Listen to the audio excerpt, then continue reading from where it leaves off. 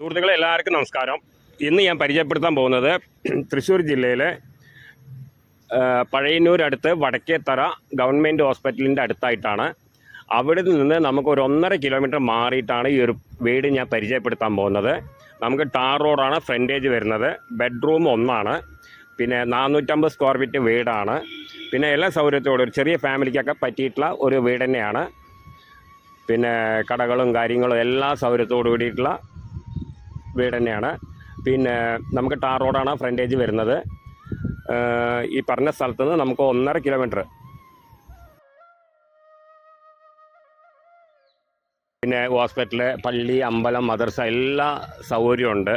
അതിനൊക്കെ അനുബന്ധിച്ചിട്ടുള്ള ഒരു വീട് തന്നെയാണ്. പിന്നെ അതിൻ്റെ റേറ്റ് എന്താണെന്ന് വെച്ച് കഴിഞ്ഞാൽ 5.5 സെൻറ്റ് സ്ഥലമാണ് കേട്ടോ.